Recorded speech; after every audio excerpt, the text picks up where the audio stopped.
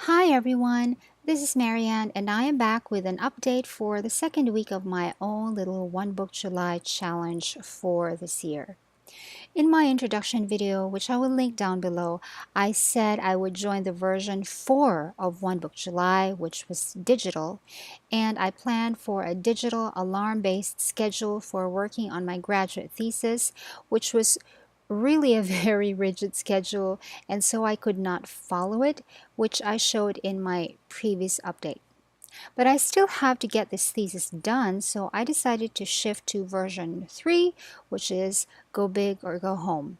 My one book would be the book that I want to finish writing, which is my thesis, and my Go Big would be, well, my thesis because it's big for me. So I'm continuing the work. The goal is the same, the materials would be the same, but the method for managing the work for July would be different. On Monday, July 9, I was not able to work on my thesis at all because it was a really toxic day in the office and I had to run some errands after work and I was so tired by the time I got to the dorm. But on the next day, I was able to make some headway by working on my thesis for an hour in the afternoon.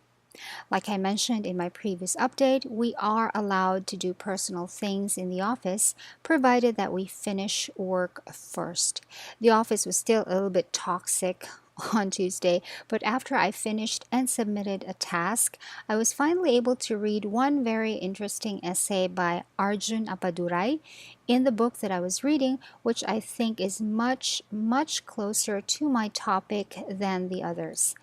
It took me some time to finish that because I wanted to do a slightly closer reading of the text and make sure that I wasn't misreading Apadurai.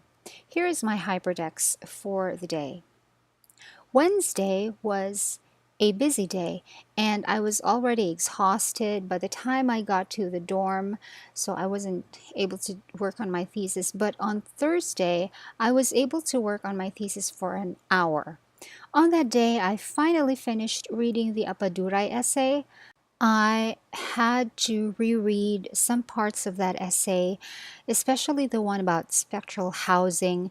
I really think that his point is linked to Michel Certeau's theories on urban anthropology, and I really like finding these linkages in my own research. For lunch, I had almondigas, which is a soup that has very thin noodles and meatballs. I had that soup with the usual rice that is a staple in my country. I continued reading well into the lunch hour. The lights are usually turned off during this time because some people take naps in their cubicle, but that's why I have a lamp right here so that I can continue whatever I'm doing even when the lights are off. At this point, I was already done with lunch, so I'm having coffee and a donut. I also started reading the essay by Peter Hitchcock, which I think is very insightful.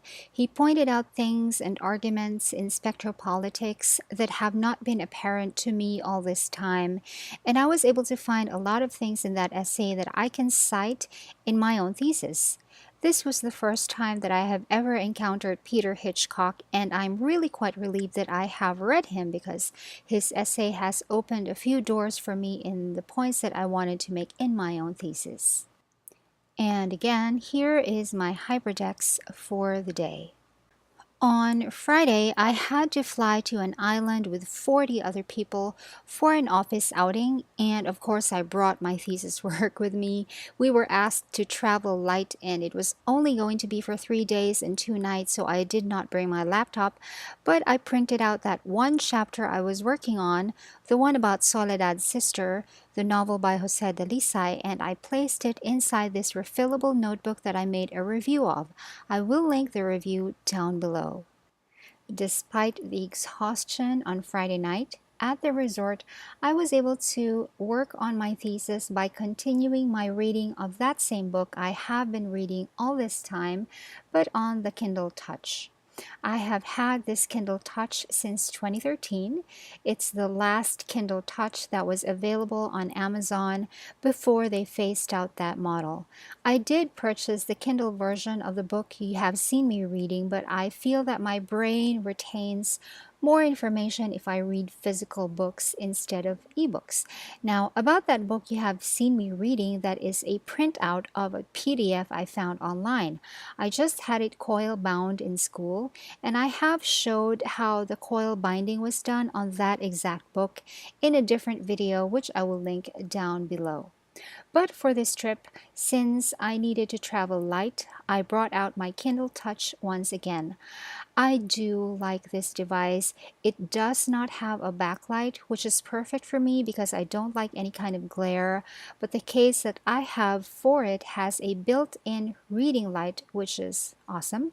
I just pop it out and it turns on, and then to turn the light off, I just pop it back in. I was able to read for an hour that night, but I didn't take out my chapter printout. And once again, here is my hyperdex for that day. On the next day, which was a Saturday, we had an entire day of activities, so I didn't have time to work on my thesis until the evening. But I was able to read for only half an hour because I was already too tired. But I did read on this nice deck recliner that was facing the water.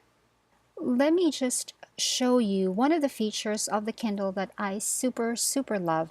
Whenever I see a word that I am unfamiliar with, which happens a lot in my life as a student of comparative literature and literary theory, I just make a long press on the word, and the dictionary entry for that comes up right there on the screen, as you can see right here. Another feature is that I can highlight a passage in whatever book I am reading, and that automatically pastes into a separate file that contains the details of the book and the location of the passage in the book. This separate file can be transferred to my laptop as a text file. It's very easy to have excerpts with a Kindle.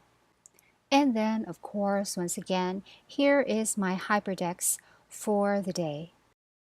July 15, which was a Sunday, was our trip back to Metro Manila, and I was able to finish packing up before the others, so I sat here while waiting, but I didn't really get to read because I was admiring the place for one last time, and it was also my one little pocket of time in which I was not surrounded by people and the voices, so it was really nice. I decided to just put down my Kindle, sit back, and enjoy the moment. Then we took the boat back to where we came from, dropped by Kalea's Cakes, and then also dropped by the ruins, and then finally got to the airport and grabbed a late lunch at this restaurant. After lunch, I was able to read for about half an hour while listening to rainymood.com on my phone to drown out the airport noise. And here is my hyperdex for the day. I am going to upload my vlog about this island trip on my channel in a few days, so make sure you're subscribed so you can catch it when it goes live. And that is all the time that I have spent for the week to work on my thesis. But that is a total of only 4 hours. On some level, I feel that I should have exerted more effort to put in longer hours for this task for this week, but then again, I had to remind myself that I did exactly that on the previous week, and it didn't work for me because of my hypothyroidal condition, which tired me out easily, and well, there's also work and life to deal with. But all in all, I enjoyed this week's One Book July so much more than I did the previous week. What did I learn about myself this week? I learned that I don't like being imprisoned by time. Even my own planner pages do not have timestamps because I don't deal with tasks in a timed fashion. I do things when I do them. My work is also not dependent on timestamps. I work in a creatives department, and we do graphics and design, and we keep meetings to a minimum, and we try to get away from meetings as much as we can, and we pretty much have free reign over our entire day, but we have tasks to do that we have to comply with. As for my writing life and my life as a content creator, that is not really dictated by time either. The only specifically time-related element in my planner is the HyperDex, and I use that for tracking just to let me know where all those big chunks of time went. Because my planned time is so unstructured, it simply makes sense for my tracked time to be structured. I want to know where all my unstructured time went after the fact. I like not being imprisoned by timestamps. The previous week I was like, oh, it's 5 o'clock, I have to do this. Oh, it's 6:30, I have to do this. Oh, it's 7 o'clock, I have to do this and that. Ugh, it was insane. No wonder last week was a fail. The structure of that week was not compatible with the way that I work on everything else. So for the coming week, I will still be on version 3, go big or go home, but I will do my best to compensate for the work that I was not able to do this past week. And that is my update for the second week of One Book July 2018. Thanks for watching. Bye!